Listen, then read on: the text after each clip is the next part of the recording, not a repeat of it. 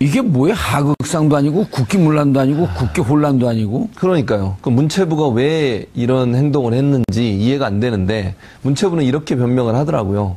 관례적으로 모든 정부가 했으니까 했다. 이렇게 얘기를 했거든요. 그런데 관례적으로 모든 관례적으로 하면 그 박근혜 대통령은 탄핵되면 안 돼요. 그러니까요. 임기를 다 맞춰야죠. 그러니까 제 말이 그 말이에요. 무슨 관리예요 그게? 그러니까요. 관례적으로 해왔다고 하면 이번에 탄핵된 대통령은 제대로 임기를 마치지 못하고 탄핵된 대통령이잖아요. 예. 근데 탄핵한 대통령에 대해서 국정 백서인가요, 이거? 백서를 만드는 것이 과연 맞느냐. 그러니까 문체부가 정신이 없는 거죠. 문체부는. 정신이 없는 거예요. 네, 문체부는 그렇게 변명을 하지만 국민들 입장에서는 5억이나, 이게 5억 들었어요. 책 만드는데.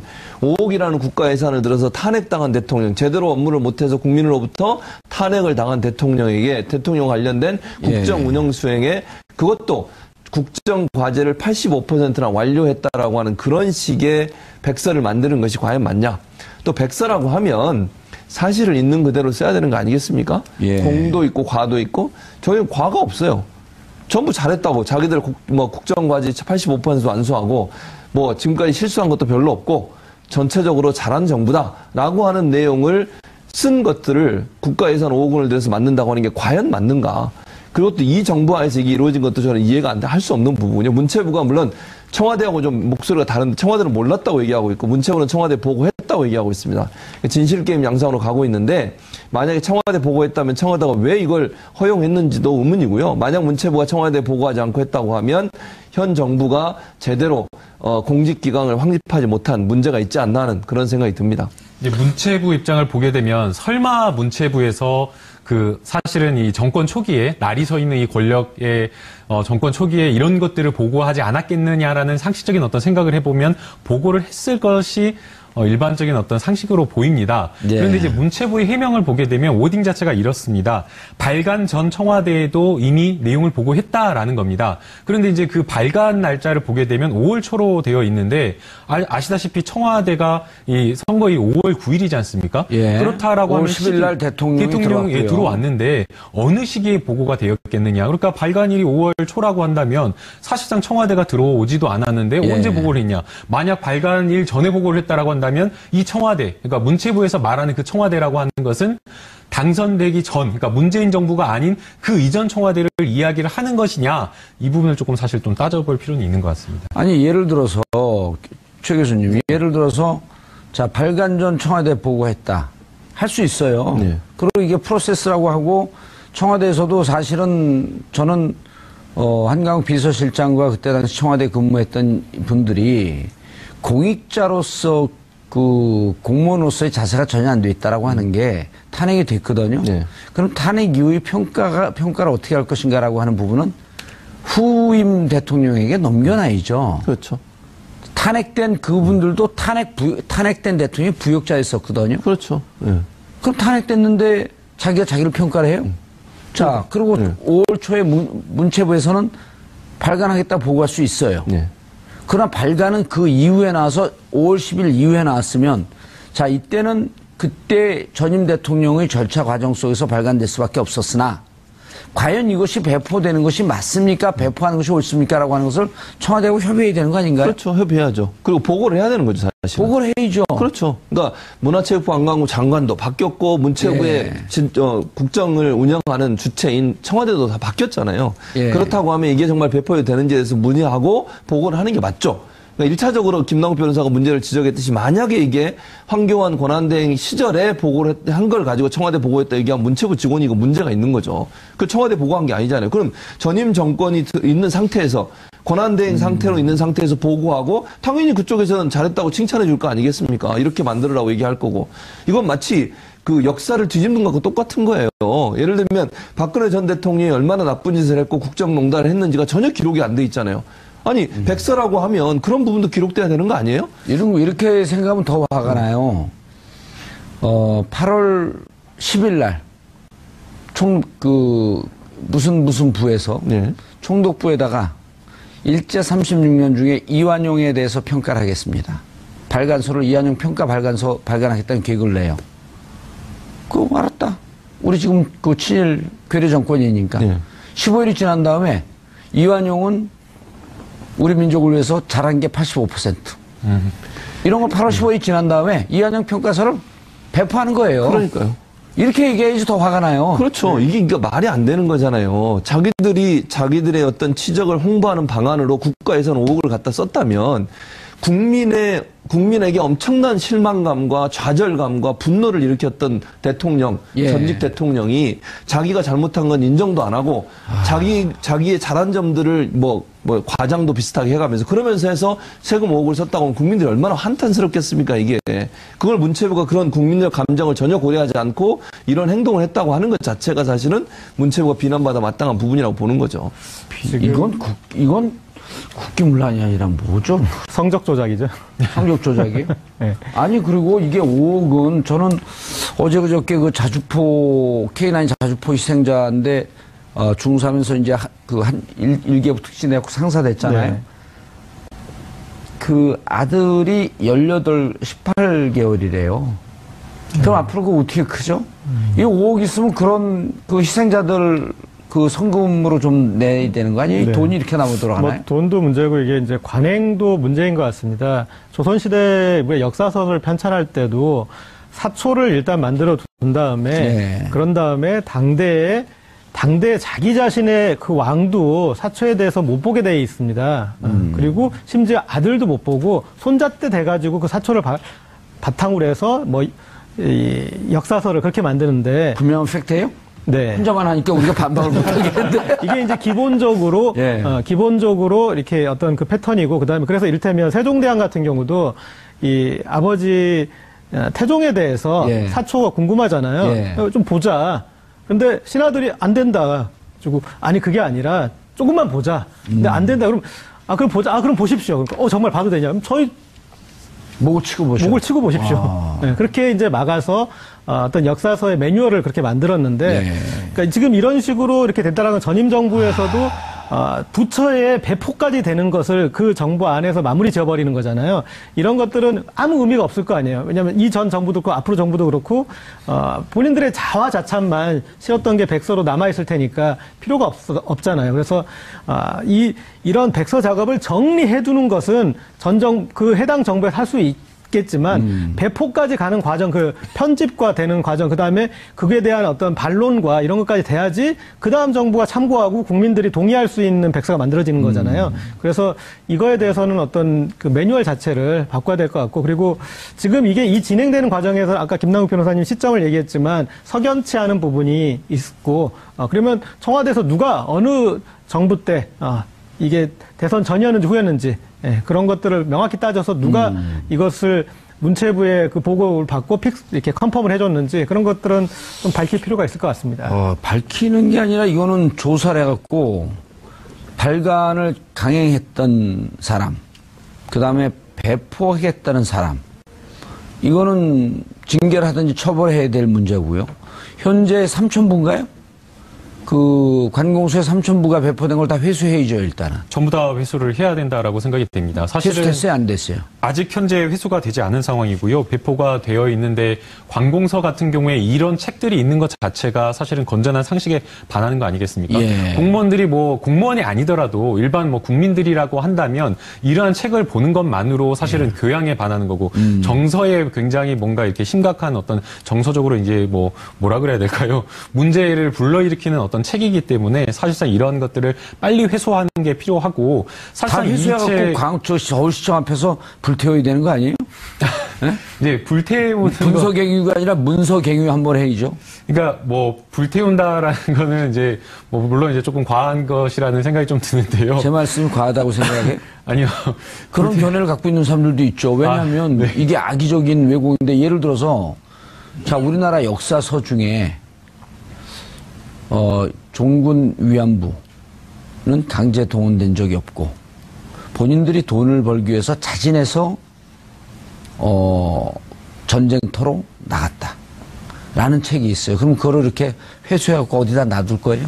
불태울 거예요? 놔둘 거예요? 이제 폐기 처분을 해야 되는데. 불태울 거예요? 놔둘 거예요?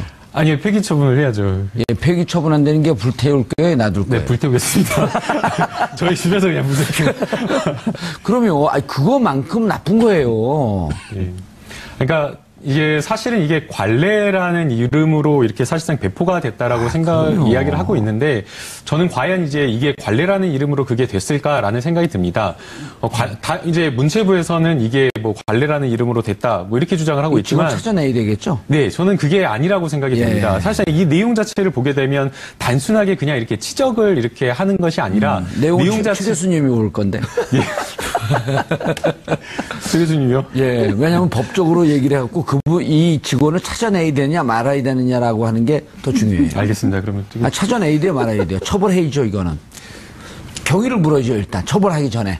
네. 어떻게 되냐, 이게. 네, 맞습니다. 예. 최 교수님. 예. 내용이 웃겨요? 이게 웃기는 것보다 화가 나죠. 예를 들면 이런 거예요. 한일 위안부 합의 있지 않습니까? 이게 한일 위안부 합의에 대해서 우리 국민이 얼마나 분노하고 있습니까, 지금. 돈 10억 원 받고 그냥 합의해 준 거 아니에요? 일본한테 우리를 공격할 수 있는 빌미를 주고 우리 위안부 할머니들의 가슴을 또 한 번 후벼 파는 그런 행위를 한 거 아니겠습니까? 그거를 역사적으로 매우 중요한 의미를 가지고 있고 박근혜 전 대통령이 고뇌에 찬 결단으로 했다 이렇게 얘기했어요. 고뇌에서 결단해서 했던 일이 결국은 위안부 할머니들을 2번 죽이는 일이었잖아요. 그렇죠. 지금 문재인 정부가 이걸 다시 재협상하자고 좀 주장하고 있는 거고 국민 대다수는 받아들일 수 없다. 재협상이 아니라 당시도 협상이 아니었어요. 그러니까 일방적으로 각자 선언한 거예요. 그렇죠. 그런데 그거를 제대로 밝히지도 않고 지금 TF 만들어져 가지고요. 외교부 직원들 TF 중에 한 분이 제가 아는 분인데 외교부 직원들이 제대로 문서도 잘 안 준대요. 아니 법원에서 과정을 공개하라고 판결을 냈는데 외교부에서 항소했잖아요. 그걸 공개 안 한다고. 그럼 지금 정권이 바뀌었으면 항소하지 말고 다 공개를 내야 되는 거 아니에요? 저는 그랬다고 생각. 지금 TF에서 조사를 하고 있는데 명명백백하게 밝혀내야 돼요. 이거는요 윤 전 그 외교부 장관 있잖아요. 그 사람 또 그 밑에서 일했던 사람들 박근혜 전 대통령 책 입는 사람들 다 책임을 물어야 돼요. 누구예요? 윤병세죠, 윤병세. 아, 윤병세? 이름이 세가 들어가죠. 바지 기장 고치러 간 사람이? 그러시죠. 그리고 두 번째, 세월호 사건도 그래요. 세월호 사건에 뭐라고 했냐면 세월호 사고를 계기로 헬기를 효율적으로 동원하는 등 표준 운영 절차를 확립했다. 이게 말이 되는 소리입니까? 이거 세월호 가족들한테 이 책 갖다 줘야 돼. 아니, 헬기 띄워가지고 제대로 구조도 안 하고 청와대 보고한다고 시간 끈 사람들이 그 사람들이에요. 헬기가 갔으면 바로 구조를 하는지 아니면 바로 바다로 뛰어내리라고 얘기를 했어야 되는 거 아니에요? 방송 나라 그 위에 계속 빙빙 돌다가 청와대에 지금 몇 명 이거 보고하느라고 제대로 구조도 못 해가지고 그 많은 학생들이 죽어갔는데 이걸 지금 표준 운영 절차를 확립하는 계기를 마련했다는 게 말이 됩니까 이게?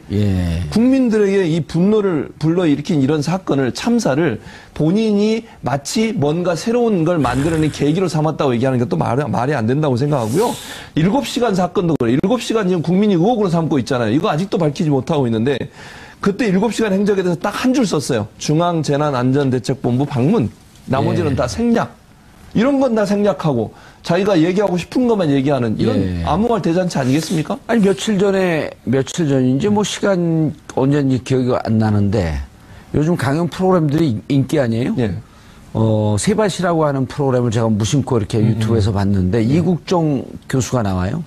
이국종 교수가 처음 공개한다 그러면서 세월호 때 긴급하게 현장에 날아갔더니 우리 대한민국 구조 헬기들이 다 앉아 있는 거 보고 울먹거리면서 대한민국 헬기가 저렇게 앉아 있습니다. 아무것도 하지 않고. 근데 헬기가 뭐 했다는 거예요? 그러니까 헬기가 동원됐는데 표준 운영 절차를 만들었대요. 그 헬기에 그냥 앉아 있어라 사고가 앉아 있어. 그런 건가 봐요. 근데 이거를 여기다 백서에 써가지고 이런 국민을 분노케 만드는 내용이 들어있는 백서를 세금 5억이나 들여서 만들고 배포하고 이런 행위를 한 것이 과연 맞냐? 그것도 현 정부 하에서 그렇게 해도 문재인 정부 하에서 그게 이루어졌다는 점에서 좀 안타깝다는 생각도 듭니다. 고재열 기자님, 최근에 바르셀로나에서 프랑스 클럽 프로팀으로 이적한 네이마르. 이적료가 얼마였었죠?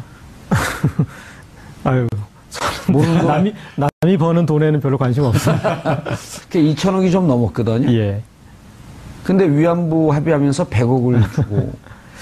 근데 땡치려고요.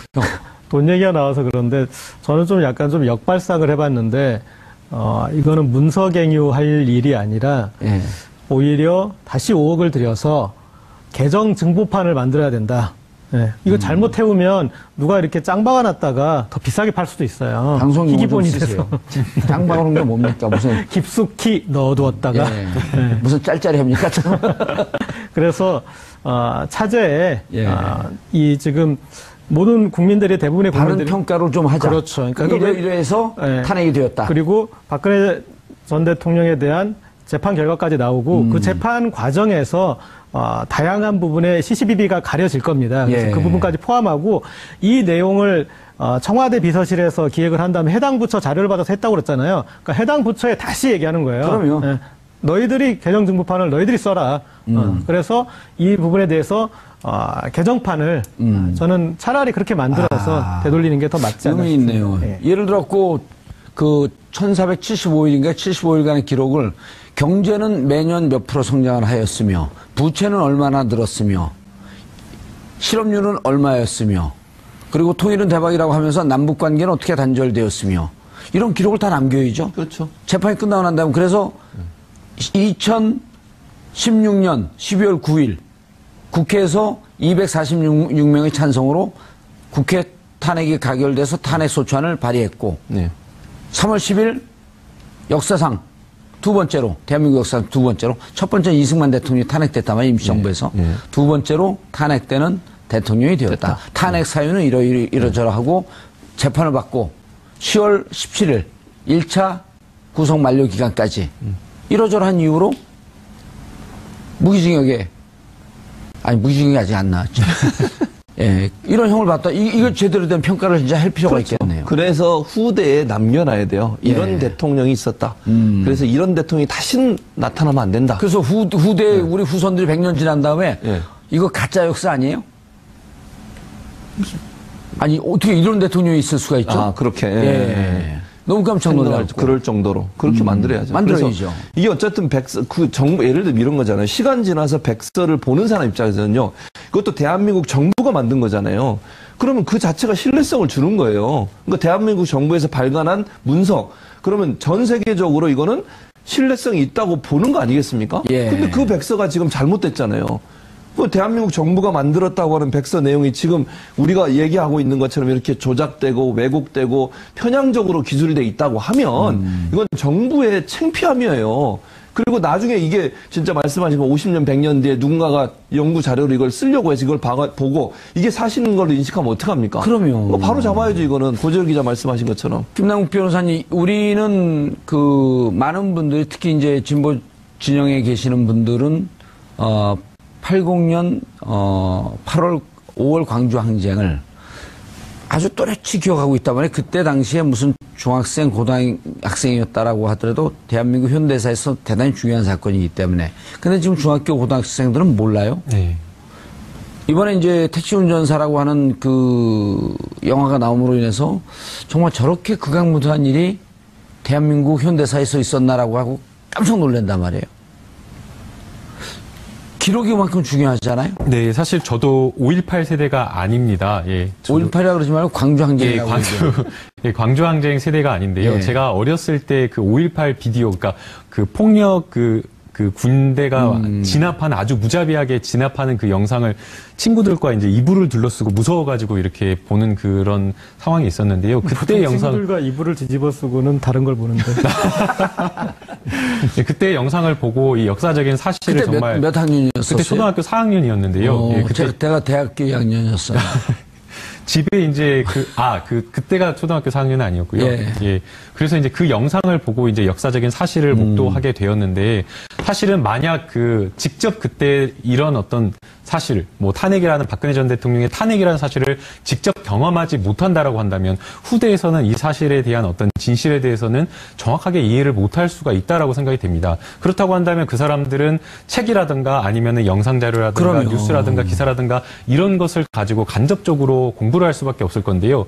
그 사람이 가지고 있는 어떤 정치적인 성향에 의해서 예컨대 보수적인 성향이라든가 아니면 본인이 가지고 있는 사상이라든가 원칙이라든가 철학에 의해서 뭐 확증 편향이라고 할까요? 보고 싶은 자료만 가지고 생각을 한다라고 한다면 예컨대 오늘과 같은 이런 정부의 잘못된 정책 백서를 가지고 이게 옳다라고 믿고 잘못된 판단을 할 수도 있는 겁니다. 그렇기 때문에 사실상 이게 뭐 정책 백서를 다시 이제 뭐 관공서에 이렇게 배포가 되었다라고 하는데 회수를 한다라고 한다면 사실상 뭐 삼천부가 회수됐다라고 한다면 그냥 단순하게 그냥 회수를 하겠다라고 하면 진짜 한 권까지 그 부수 한 권까지를 회수하는 게 저는 필요하다라고 생각이 되고요. 잘못되었다라고 한다면 이것을 정말 책임을 물어가지고 책임을 물어야 돼요. 판단을 사실상 이거를 어떻게 해서 이런 어떤 의사결정을 하게 되었는지 거기에 대한 어떤 공무원에 대한 책임까지도 확실하게 묻는 게 좀 필요하다라고 생각이 듭니다. 저는 그러면 재밌을 것 같아요. 이제 이 작성자 뭐 관여한 사람들 있잖아요. 작성자를 다 찾아내야죠. 찾아내서 다시 써봐라. 아주 간단합니다. 다시 써봐라. 원고료는 그때 받은 거 수퉁치만. 어쨌든 그렇게 하고 그 다음에 주석을 달아야 됩니다.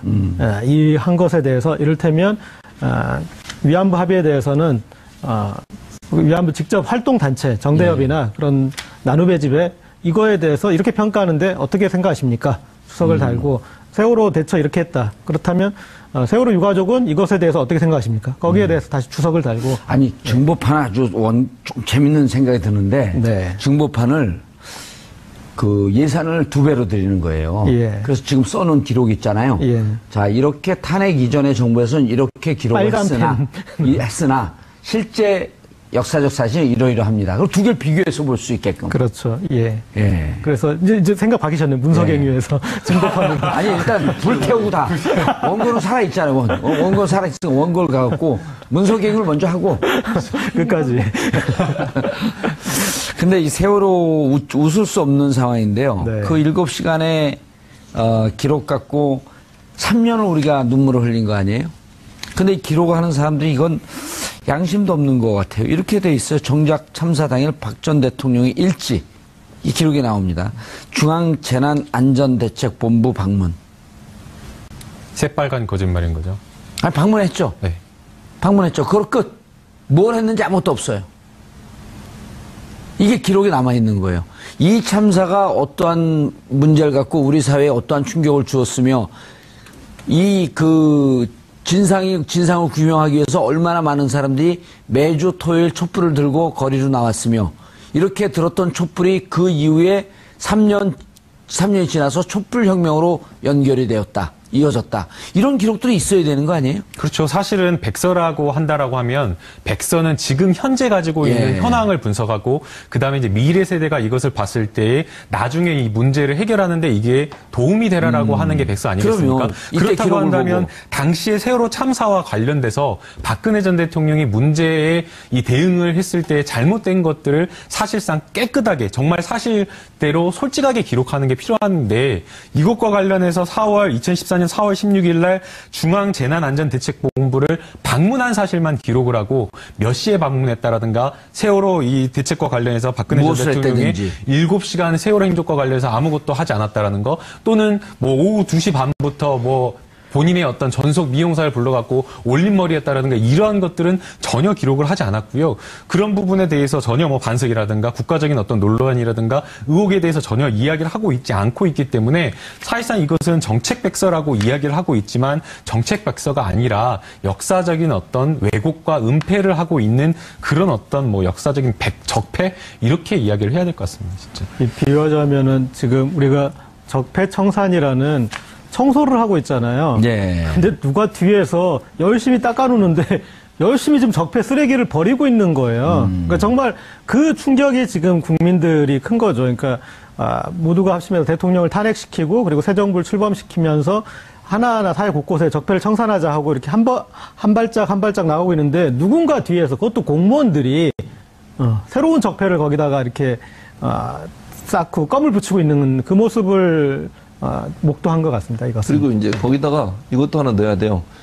그 시대에 박근혜 전 대통령의 타락한 것을 밝혀내기 위해 정봉주가 품격 시대를 시작했고 광화문에서 실황 중계라고 그래야 되나요? 나가서 현지에서 직접 방송을 통해서 현장 공개 생방송을 통해서 그들의 모든 문제점들을 다 밝혀냈다. 예. 이렇게 딱 기록을 해야죠. 영상백서가 되겠네요. 그리고 게스트들. 네, 게스트로 최진봉 교수도 나왔다. 출연자들의 출연료를 대폭 인상하였다. 그건 사장님이 인상한 거예요. 제가 인상한 게 아니고. 자, 그런데 이 전체 8건은 진짜 칭찬일색.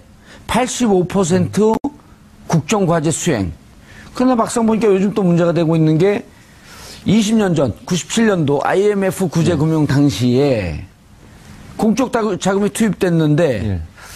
박근혜 정부에서는 이 공적 자금 상한이 당초 계획보다 12조 원이나 모자랐다? 그렇죠. 이것이 후임 정부 문재인 정부의 재정 부담으로 다가갈 것이다? 그렇죠. 이런 건 내용도 없어요. 이 내용은 또 뭐죠? 이 내용을 한번 좀 짚어보시죠. 그러니까 예를 들면 노무현 정부 때는 예. 4조 2천억 원을 상환을 했고요. 예. 이명박 정부 때 2조 9천억 원. 그런데 박근혜 정부 들어서 12조 6천억 원을 갚지 않고 그러니까 전체적으로 상환한 비율이 예. 훨씬 적다는 거죠. 그러니까 상환 못한 비율이나 상환 못한 비율이 노무현 정부 때 4조 2천억 원이었고요. 예. 이명박 정부 때 2조 9천억 원이었는데 많이 한 거예요. 그러니까 두 그렇죠. 정부는. 네. 예. 그런데 지금 이 박근혜 정부 들어서 당초 상환 못한 게. 16조 7천억 원을 회수할 계획이었지만 12조 6천억 원을 갚지 못한 거죠. 그럼 결국은 갚은 게 뭐 한 4조 정도 되는 거죠. 예. 아니, 그러니까 못 갚은 비율로 하면 이게 제일 높은 거죠. 정부를 넘어가면서 갚아야 할 비용들은 예. 대체 경제 성장률, 그다음 국가 예산 이런 등등하고 비슷하게 가는 거거든요. 그렇죠, 그렇죠. 노무현 정부 시절과 비교하면 3배를 못 갚은 거예요. 그렇죠. 네. 이명박 정부 시절과 비교하면 6배를 못 갚은 거예요. 거죠. 아무것도 안 한 거예요, 그러니까. 그렇죠. 그러니까 그럼 이거 어떻게 돼? 문재인 정부에서 갚아야 돼요? 그렇죠. 그러니까 그 전임 정부에서 못했던 걸 이제 문재인 정부가 떠안게 된 거잖아요, 예. 결국은. 그럼 부담이 얼마나 커지겠습니까? 지금 복지 정책도 해야 되는데. 아니, 그러니까 박근혜 정부는 복지 정책도 별로 안 하고 어디다 돈을 썼는지 모르겠어요. 담배값만 털었죠. 그러니까요. 담배값 털어서 하고 뭐 이게 제대로 일을 안 하고 또 제대로 예산도 제대로 집행도 못 하고 그다음에 절감을 해서 그 돈을 갚을 수 있는 여력도 만들지 못하고 이런 문제들이 결국 발생한다고 볼 수 있겠죠. 받아야 될 돈을 12조 6천억 원이나 받지 않은 거잖아요. 기업으로부터. 네, 받지 못했는지 받지 않은 건지 예. 그걸 전 조사해야 된다고 봅니다. 왜냐하면 그 많은 돈을 유예해 준 것은 유예해 준 거죠. 특혜를 준 거잖아요. 예. 네, 그게 이 적은 돈이 아니고 뭐 이자만 따져도 엄청난 금액인데 그것을 유예해 줬을 때는 왜 그랬는지 이 부분을 좀 들여다봐야 될 것 같습니다. 유예 얘기가 나오니까 지금 우리 국가 예산이 이제 할 일은 많은데 국가 예산을 지금 잘 살림살이를 잘해야 되거든요. 야당에서 이제 벌써부터 장밋빛 그 그림만 그려놓고 파산이다 이런 얘기 하는데 뭐 증세 논의도 해야 되고 느닷없이 유예 얘기가 나오니까 종교인 과세 유예. 그건 이제 또 다른 문제인데요. 사실상 이제 공적 자금을 유예하는 문제, 그러니까 공적 자금을 상환하는 어떤 그런 문제는 기업들이 상환해야 되는 거죠. 예, 그런 문제는 사실상 장기적인 관점에서 볼 필요가 있는 거라고 생각이 됩니다. 특히나 뭐 경제적인 어떤 것이 상황과 굉장히 중요하게 맞닿아 있는데요. 예. 뭐 이명박 정부 같은 경우에는 세계 경제가 안 좋았기 때문에 공적 자금의 상환이나 이런 것들을 유예해 주는 게 맞았다라고 생각이 됩니다. 그런데도 불구하고 뭐 이명박 정부 때는 상환율이 오히려 더 예. 많이 회수가 되었고 그런데도 불구하고 박근혜 정부 때는 그런 게 없었습니다. 그런데 지금 뭐 박근혜 정부 같은 경우에는 상환율이 훨씬 매우 안 좋았다라고 보여지고 지금 뭐 그냥 단적으로 평가를 하자라고 보이면 아예 상환할 의지가 없었다라고 평가를 할 수 있는 부분이기 때문에 기업들로부터 돈을 받아낼 의지가 없었던 거죠. 아예 그냥 지금 이걸 단적으로 봤을 때는 상환할 의지가 없었던 것으로 보이고 대외적인 어떤 그런 어떤 환경이나 이런 걸 봤을 때 굳이 어떤 그런 필요는 없었지 않습니까? 그렇다고 한다면은 박근혜 정부가 공적 자금과 관련해서 어떠한 뚜렷한 어떤 계획이라든가 이런 것들이 없이 국가 운영을 한 것은 아닌가라는 그런 의심이 되는 것이기 때문에 아마 이번 그 지난 정부와 관련해서 상한 부진 사유에 대해서 조금 더 면밀하게 좀 들여다볼 필요는 있다라고 봅니다. 기업들한테 불러놓고 이렇게 얘기한 거예요. 쉽게 얘기하면 뭐 이렇게 딱 직접적인 연관은 없지만 자 공적 자금 상환해갖고 국가 예산을 좀 튼튼하게 해서 복지 예산도 쓰고 이렇게 해야 됩니다.라고 하는 게 대통령의 임무인데 공적 자금 상환은 천천히 하시고요. 미르재단과 K스포츠 재단 돈 좀 많이 내세요. 맞습니다. 정유라 지원은. 아니 그 돈을 뜯어내는 데는 얼마나 기민하게 움직였습니까? 맞습니다. 정작 공적 자금 상환하는데 그렇게 기민하게 움직였어야 되는 거거든요. 당연하죠. 공적 상환하는 데는 관심 없고 최순실 정유라 도와주는 데만 관심이 있었던 거죠. 그래서 몰래 만나가지고 기업인들 거기다가 협박 비슷하게 해서 돈 뜯어내고 독일로 돈 보내라고 하고 그런 일에는 열정적으로 했던 사람이 공적 자금 회수에는 별 관심이 없었다는 게 말이 됩니까 이게? 그러니까 박근혜 대통령 전 대통령 같은 경우에는 본인이 오로지 최순실 정유라를 위해서 존재하는 인간밖에 안 되는 거예요. 그러면 지금 상황으로 본다고 하면 국가 운영이나 국민을 위해서 뭘 하기보다는 그럼 국민들이 다 알아요 이제. 그런가요? 화가 납니다. 어쨌든 화가 나죠. 근데 자.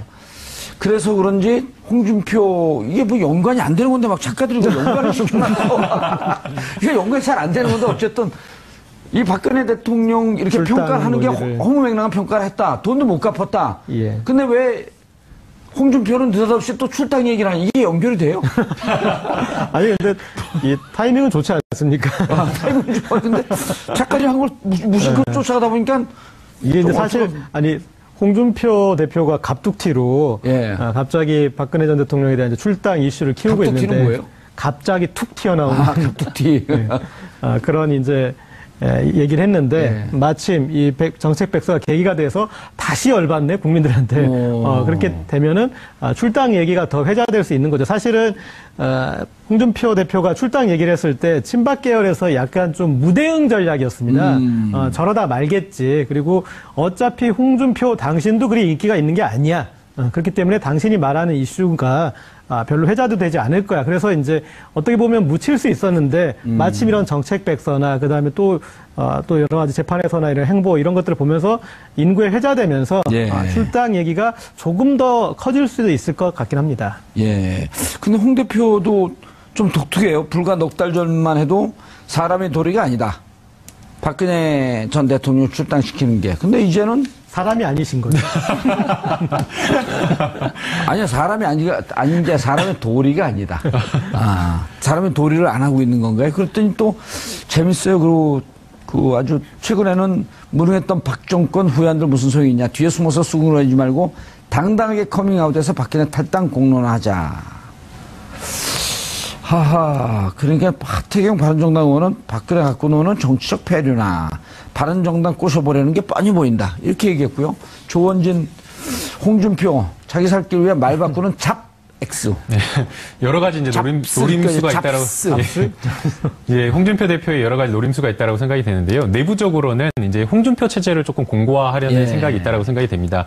이제 친박 세력이 아직도 여전히 의원들이 꽤나 있는 그런 상황이기 때문에 이제 내년에 어떤 지방 선거를 앞두고 홍준표 체제를 조금 공공히 하기 위해서는 친박을 뿌리 뽑아야 된다. 그러기 위해서는 박근혜 전 대통령 출당 조치를 해야 된다. 그게 필요하다라고 지금 보고 있는 것으로 생각이 되고요. 그다음에 이제 외부적으로 봤을 때는 홍준표 대표 같은 경우에는 후보 시절에도 여러 번 강조를 했지만 보수는 결국에는 통합을 해야 된다라고 지금 이야기를 하고 있는 상황이기 때문에 바른정당과 자유한국당이 통합을 위해서는 결국에는 이 친박이 없어져야지, 이 친박이 걸림돌이기 때문에 이 박근혜 전 대통령부터 출당이 돼야지 통합이 될 수 있다라고 지금 판단을 하고 있기 때문에 출당 조치부터 뭐 친박을 당장 이렇게 제거하고 어떻게 되면 이거 걸림돌을 제거할 수는 없겠지만 적어도 박근혜 전 대통령 출당 조치를 해야지 통합이 될 수 있다라는 그런 생각 하에 지금 이렇게 출당 이야기를 하고 있는 게 아닌가 저도 꼼수라는 얘기가 또 들려요. 10월 17일 날 그 유죄 판결이 나게 되면 자연 출당을 시켜야 되거든요. 그렇죠. 그러니까 미리 수쓰는 거 아니냐 뭐 이런 얘기도 있고 도대체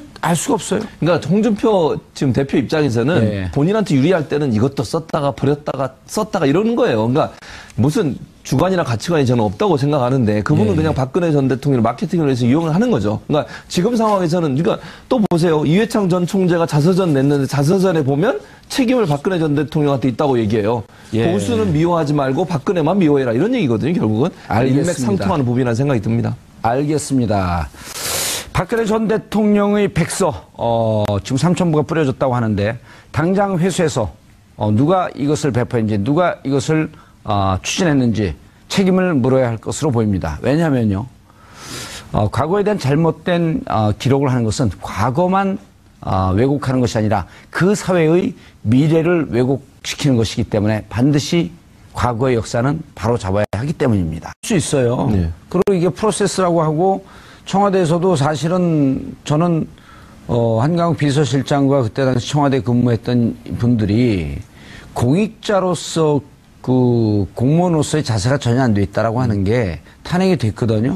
그럼 탄핵 이후의 평가를 어떻게 할 것인가라고 하는 부분은 후임 대통령에게 넘겨놔야죠. 그렇죠. 탄핵된 그분들도 탄핵된 대통령이 부역자였었거든요. 그렇죠. 예. 그럼 탄핵됐는데 자기가 자기를 평가를 해요. 자, 그리고 5월 초에 문체부에서는 발간하겠다 보고할 수 있어요. 네. 그러나 발간은 그 이후에 나와서 5월 10일 이후에 나왔으면 자, 이때는 그때 전임 대통령의 절차 과정 속에서 발간될 수밖에 없었으나 과연 이것이 배포되는 것이 맞습니까? 배포하는 것이 옳습니까? 라고 하는 것을 청와대하고 협의해야 되는 거 아닌가요? 그렇죠. 협의해야죠. 그리고 보고를 해야 되는 거죠, 사실. 보고를 해야죠. 그렇죠. 그러니까 문화체육부관광부 장관도 바뀌었고 문체부의 국정을 운영하는 주체인 청와대도 다 바뀌었잖아요. 예. 그렇다고 하면 이게 정말 배포되는지에 대해서 문의하고 보고를 하는 게 맞죠. 그러니까 1차적으로 김남국 변호사가 문제를 지적했듯이 만약에 이게 황교안 권한대행 시절에 보고를 한 걸 가지고 청와대 보고했다 얘기하면 문체부 직원이 이거 문제가 있는 거죠. 그 청와대 보고한 게 아니잖아요. 그럼 전임 정권이 있는 상태에서 권한대행 상태로 있는 상태에서 보고하고 당연히 그쪽에서는 잘했다고 칭찬해 줄 거 아니겠습니까? 이렇게 만들으라고 얘기할 거고. 이건 마치 그 역사를 뒤집는 것과 똑같은 거예요. 예를 들면 박근혜 전 대통령이 얼마나 나쁜 짓을 했고 국정농단을 했는지가 전혀 기록이 안 돼 있잖아요. 아니 백서라고 하면 그런 부분도 기록돼야 되는 거 아니에요? 이렇게 생각하면 더 화가 나요. 8월 10일 날 무슨 부에서 네. 총독부에다가 일제 36년 중에 이완용에 대해서 평가를 하겠습니다. 발간소를 이완용 평가 발간소 발간하겠다는 계획을 내요. 그거 알았다. 우리 지금 그 친일 괴뢰 정권이니까. 네. 15일이 지난 다음에 이완용은 우리 민족을 위해서 잘한 게 85%. 이런 거 8월 15일이 지난 다음에 이완용 평가서를 배포하는 거예요. 그러니까요. 이렇게 얘기해야지 더 화가 나요. 그렇죠. 이게 그러니까 말이 안 되는 거잖아요. 자기들의 어떤 치적을 홍보하는 방안으로 국가에서는 5억을 갖다 썼다면 국민에게 엄청난 실망감과 좌절감과 분노를 일으켰던 대통령, 전직 대통령이 자기가 잘못한 건 인정도 안 하고 자기의 잘한 점들을 뭐 과장도 비슷하게 해가면서 그러면서 해서 세금 5억을 썼다고 하면 국민들이 얼마나 한탄스럽겠습니까, 이게. 그걸 문체부가 그런 국민적 감정을 전혀 고려하지 않고 이런 행동을 했다고 하는 것 자체가 사실은 문체부가 비난받아 마땅한 부분이라고 보는 거죠. 이건 국기문란이 아니라 뭐죠? 성적 조작이죠. 성적 조작이에요? 네. 아니, 그리고 이게 5억은 저는 어제 그저께 그 자주포, K9 자주포 희생자인데, 중3에서 이제 한 1개부 특진해갖고 상사됐잖아요. 네. 그 아들이 18개월이래요. 그럼 앞으로 그거 어떻게 크죠?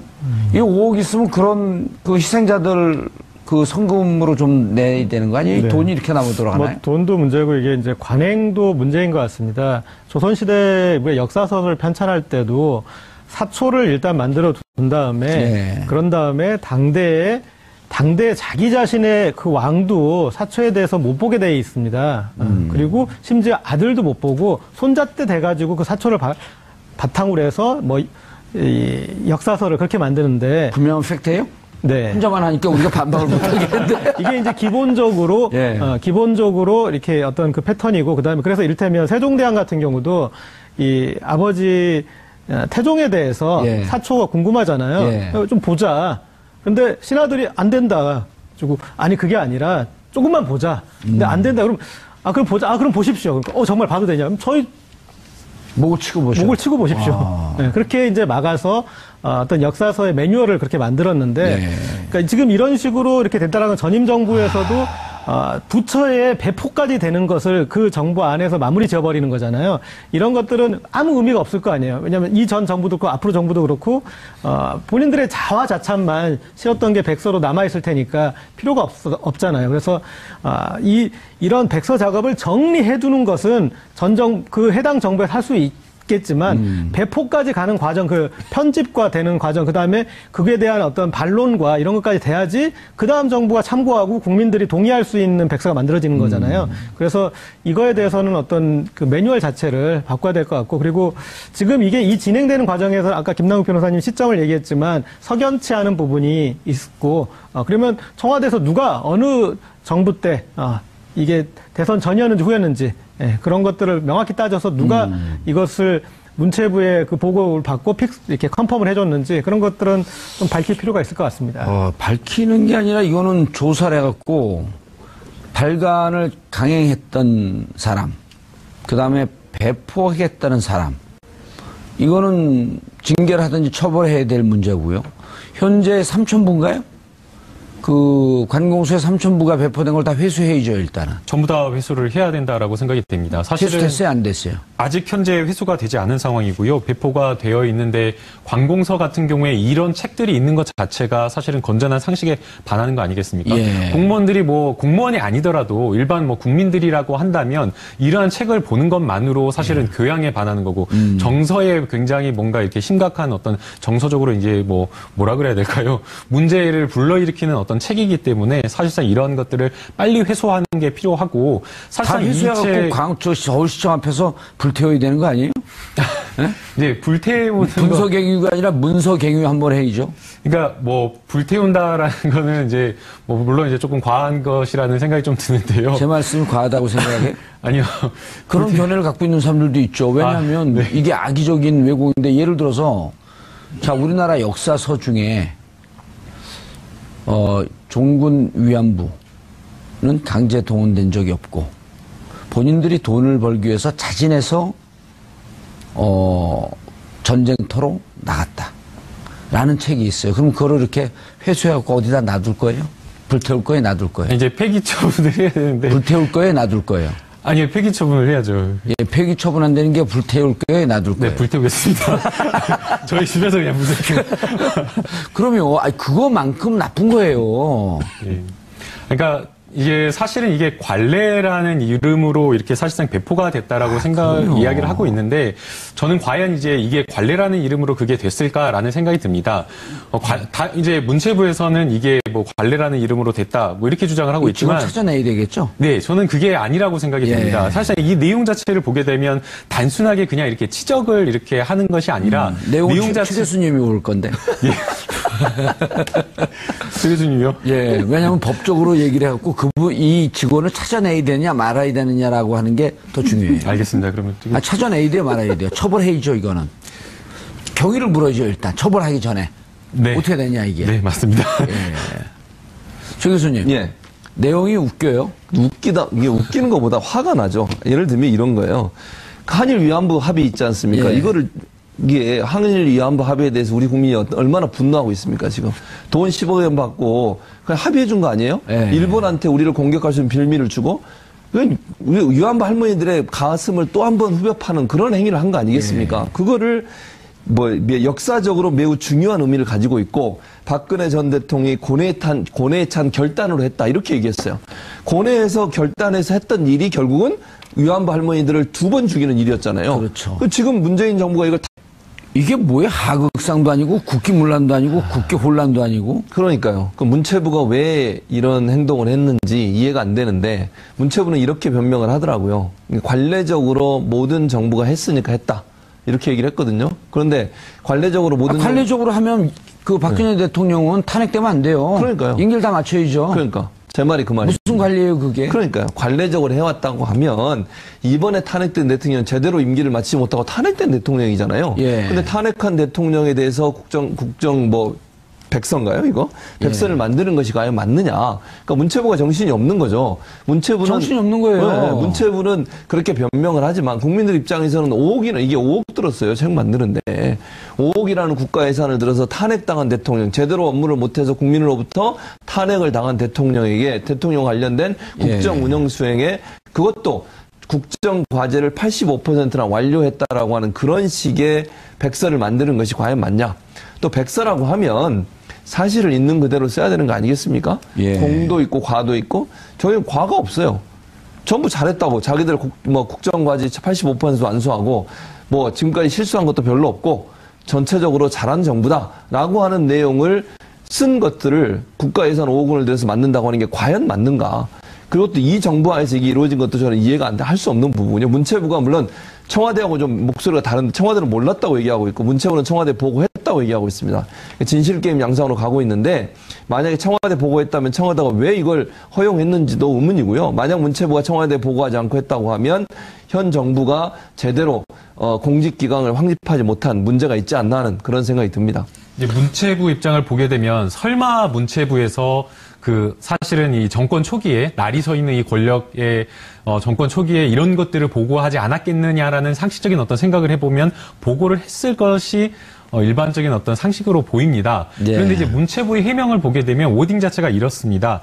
발간 전 청와대에도 이미 내용을 보고했다라는 겁니다. 그런데 이제 그 발간 날짜를 보게 되면 5월 초로 되어 있는데 아시다시피 청와대가 이 선거일이 5월 9일이지 않습니까? 예. 그렇다라고 하면 10일 날 대통령이 들어왔는데 어느 시기에 보고가 되었겠느냐. 그러니까 발간일이 5월 초라고 한다면 사실상 청와대가 들어오지도 않았는데 예. 언제 보고를 했냐. 만약 발간일 전에 보고를 했다라고 한다면 이 청와대, 그러니까 문체부에서 말하는 그 청와대라고 하는 것은 당선되기 전, 그러니까 문재인 정부가 아닌 그 이전 청와대를 이야기를 하는 것이냐, 이 부분을 조금 사실 좀 따져볼 필요는 있는 것 같습니다. 아니, 예를 들어서, 최 교수님, 예를 들어서, 자, 발간 전 청와대 보고했다.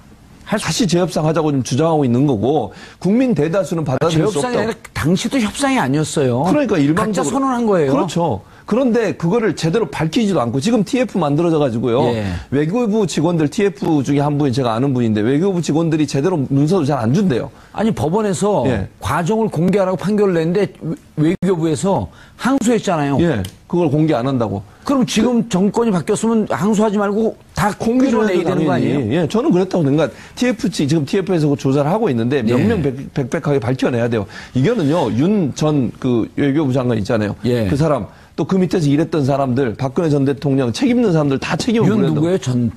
윤병세죠, 윤병세. 아, 윤병세? 네. 이름이 세가 들어가죠.